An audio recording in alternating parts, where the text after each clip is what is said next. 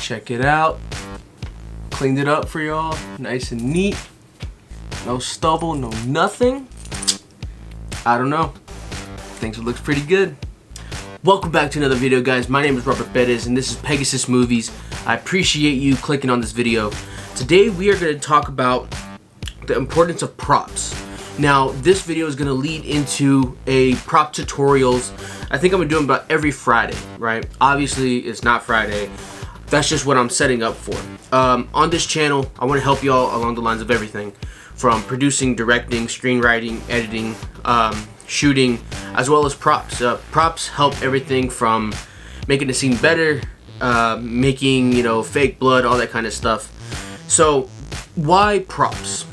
What's the importance of it? And props can be anything from fake drugs to fake money, sometimes real money, real guns with blanks in them, fake guns that don't do anything.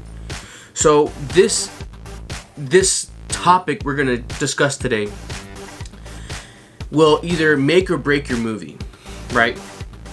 You could have a fake gun and it be completely rubber, right? But the end looks real, and that's what matters. This is important because in that scenario, you wouldn't use that gun to try to fire because the front's blue. It doesn't matter, but the end's real, right? Those are the ones that you show like mobsters or detectives or things like that keep them in their holsters. They never pull them out. It's a prop. It's not real. They're not going to use it. They're not going to show it. It's just in their holster. As where you have the other guys that are the main leads. They have like AK-47s or pistols or snipers or things like that are blanks. They're real, but they're blanks. And that helps because that gives the insinuation of, hey, this is a real gun. There's real cool ways to making this work. You can use like a condom full of fake blood wrapped around a D battery, and it can pop it and it come out of the shirt, you know what I mean? And then in like post, you can green screen out the rest and make it look real. Or you can use a high suction powered or CGI or whatever you wanted to do, honestly. But it just helps, hey, does this look? Let's try to. There we go. That looks better. Look how it moves when my head moves. That's weird. Oh, now stop. Okay. So, update, right? Behind me, things changed. The trunk, my diving trunk's gone. I moved it with all my diving gear. That's separate. Back there now, I have like all my whiteboards and stuff, and that's like a bag that I carry stuff in just on the go. Notes that I'm working on, things like that. Again, no, that's not green screen. Watch. See, not green screen. I can touch them. So I had somebody ask, is that green screen in the back? No, this is just really, really sharp. So that helps. Still not sponsored, but Rain, you know what to do. Oh, that's so good. See that right there? That was an example of why props help the scene. If I would have said, hey, I'm not sponsored by Rain, but hey, Rain, you know what to do. That makes no sense. But since I had a prop in my hand to show you how good their product is, how good it is, it helps, right? Here's a little trick for y'all. If you ever want to shoot something that has, you want to show a computer, a cell phone, a watch, Apple is allowing you to film their products free of charge. You do not have to cover anything up. You do not have to do anything.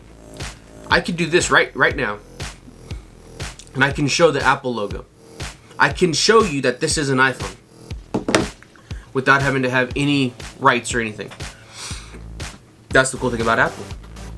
If you're gonna shoot a movie, well then you want to show like a scene where they're in an office. Use some laptops from Apple. If you want to show an important phone call, boom, phone. If you want to show them getting mad, throw it. If you want to pictures, anything, Apple. It's easy. That's the most simplest prop you can use. A prop can be glasses. A prop could be, I mean, you name it, dirt, sand, fake blood, like I said. You can use, like Halloween is the best concept, not the movie, the actual holiday, a best concept of props. You see everybody with amazing costumes, right? Some have knives, some have things like that. Props, right? This right here is my knife, right? Boom. Switchblade. It's real. Now, if I went and moved it down, right, you wouldn't know. Pull up my other one. Same exact thing. Except the only difference is that now it has two. I don't know if you can see it back here. It has two ports, right? Same exact thing. That one's just rubber. That's how you get the difference, right? So say you're in a movie and you want to use a knife to cut a piece of bread, right? So let's make a fake plot here for a movie. Johnny starts off the scene, camera pans into the house, him and his grandfather sitting at the kitchen table, and his grandfather hands him this knife, right? Johnny does everything with this knife. Plays with it, does things, everything. His grandfather dies, right? Johnny becomes emotionally distressed. He starts getting mixed in with the wrong crowd, and he becomes this gangster, right? We do a time lapse, fast forward 15 years, right? He's now in his mid-20s, and he's doing some small drug trades back and forth, right? This knife is constantly shown through that. Things he's doing, right? Say he's at a dinner table, and he needs a knife to cut a piece of steak, right? Pulls a knife out of his pocket, boom, opens it up, right? Cuts it, he's enjoying dinner, yada yada yada, all that stuff. Places it down. At this time, we cut to a different scene, right? But we emphasize, we do a pan down shot of him putting the knife down to emphasize that it's still open and his knife is important in this scene. Again, that goes back into your scripting. It goes back into your screenplay, all of that. You know, your scene selection, everything. This is important, guys. Attention to detail is the #1 thing in filmmaking. Anyway, we pan up, we cut to camera B, and over the shoulder of subject A, and he's talking directly to subject A from our main character. Cut to camera C, and he's talking to another guy. So if we're over the left shoulder here, we'll be over the right shoulder on that guy. It just makes sense going back and forth. It looks better to the eye. And we go to the right guy, right? And our main guy's talking to person B, right? And he's just like, you know, boom, boom, boom, boom. They start arguing, things come out. At this time, we switch out the real knife with the replica of a rubber one that it tracks into the actual knife. Now, this one does it. It's just a middle prop, right? A middle prop is the transition between both, right? So if I'm going to point it at you, it's still rubber, but it's just safe. It doesn't just track in because that doesn't make sense. Which, it should make sense because it'd be really, really faster just to, like, you know, switch it, whatever. So they start arguing, right? He grabs him by the hair, gets the knife, and then just douche, right? In his neck. We've seen a lot of these scenes like this. The knife retracts into the blade retracts into the handle, but every time he pulls it out, again, it comes out, goes back in, goes out, comes back in. And you have a skin pocket full of fake blood here, but they use makeup to cover it up, right? Now, on this side, you'll be able to see it. So that's why you go to camera B, right? Your main camera shooting behind your guy.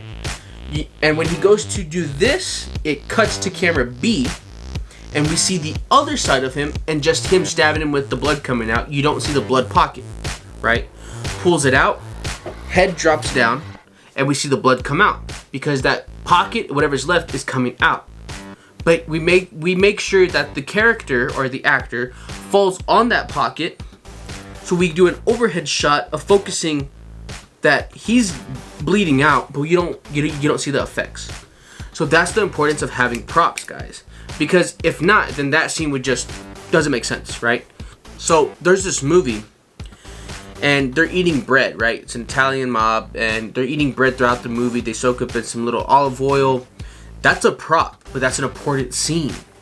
They're eating this bread, and they go and they get put into prison. And it's with like Ray Liotta and all these people, amazing actors. And he's eating bread inside the prison, but it shows that that's what they love to do. That's their culture, that's their food. And throughout this movie, they're eating this bread and everything, and even down to the last part where they're in prison, they still have managed to get their bread in. And that's a prop that is used throughout the movie. Just like our knife, it has a storyline. That prop now has a storyline. So your storyline has a storyline that has a storyline, which is amazing movie making, amazing directing. That's how you need it done. That's how you want it, right? So what comes down to the best props? What's good to use, what's not good to use? Let's do a pros and cons, right? Styrofoam, not good, right? It reflects when you use light. It can shade off. It can cause a dent when you want to use things. It's just not good to use, right? Plastic. So plastic is loud, right? You don't want to use a plastic bottle because it crinkles and it can show. You can use a really good, nice wine glass, right? It's really clear and it has a really elegant sound to it, and it's good prop. Now, you can always have a wine glass with a solid modified liquid in it, which means like it doesn't move, it won't spill. It's a prop. You're gonna see it like in the back, right? Technically, that's props back there. It's something to look at. It gives you good depth of field. That I'm up here and my shit's way back there. It's not directly behind me. None of that, but it's still lit, right? I'm lit on this side, I'm lit through back here and on this side, so it's a little good compare and contrast, right? Use your light game, your shadow game. Just like this, right? I'm drinking it, but it's not loud. Now you can hear the fizzing.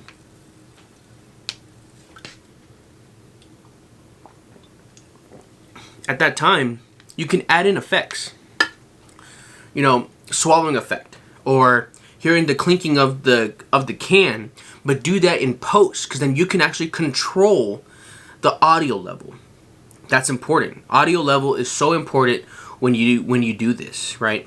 So what else can you use, right?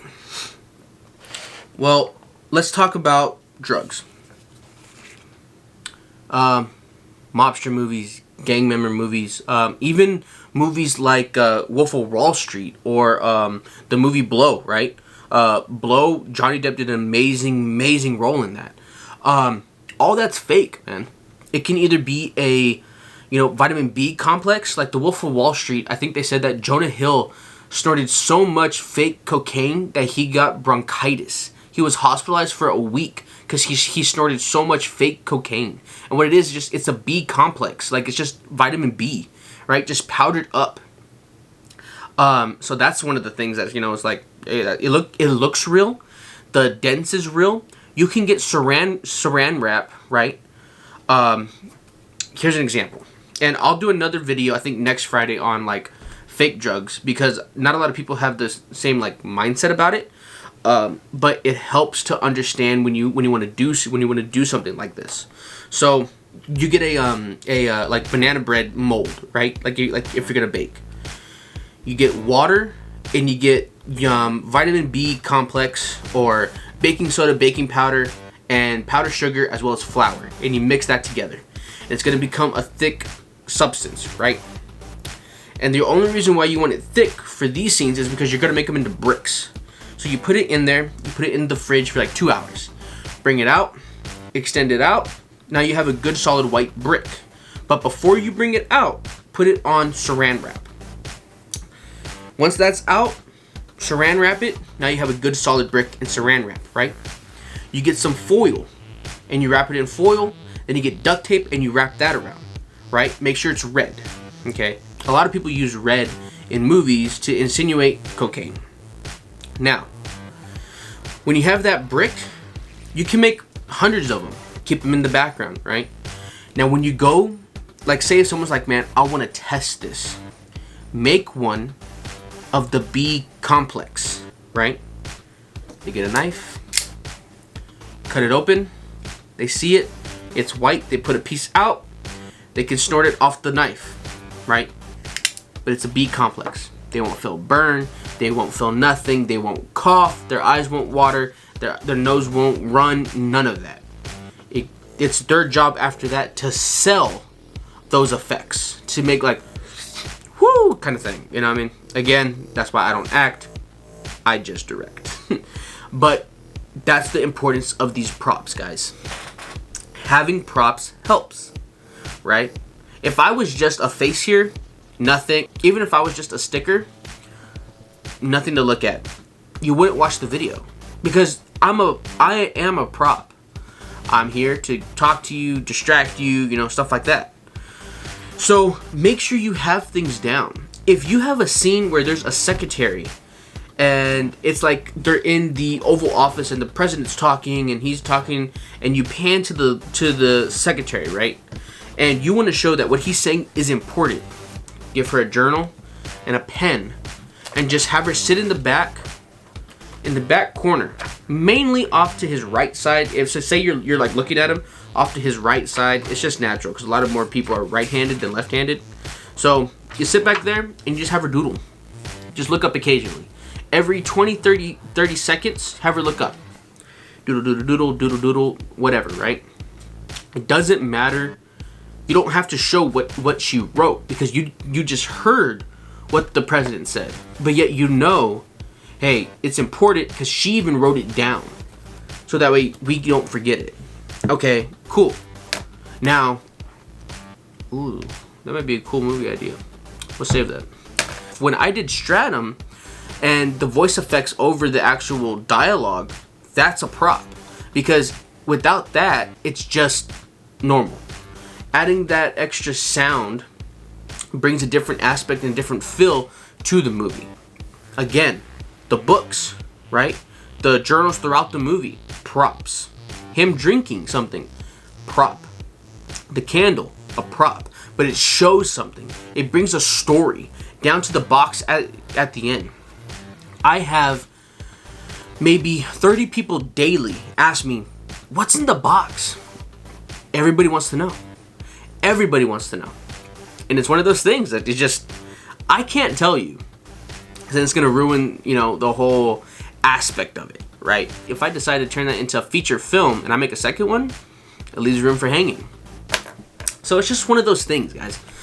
Props help more than you can know. But anyway, guys, this is just the intro video to this segment. Next Friday, we're going to actually break down and do some overhead shots on how I actually make some props and how I can make it work for you. I'm Robert Bettis. This is Pegasis Movies. Please, two-step right onto that like button and that bell to get notified when new videos come out, because we do them daily. Don't forget to check out the podcast. And we're going to be doing live Twitch streaming for the podcast, so you can see behind the scenes of what I do. But subscribe, comment below, whatever y'all want to see, I'll make it happen. And guys, we're almost to our trip. We're only 7 days away. Don't know where I'm going, but you're coming with me. Have a good night.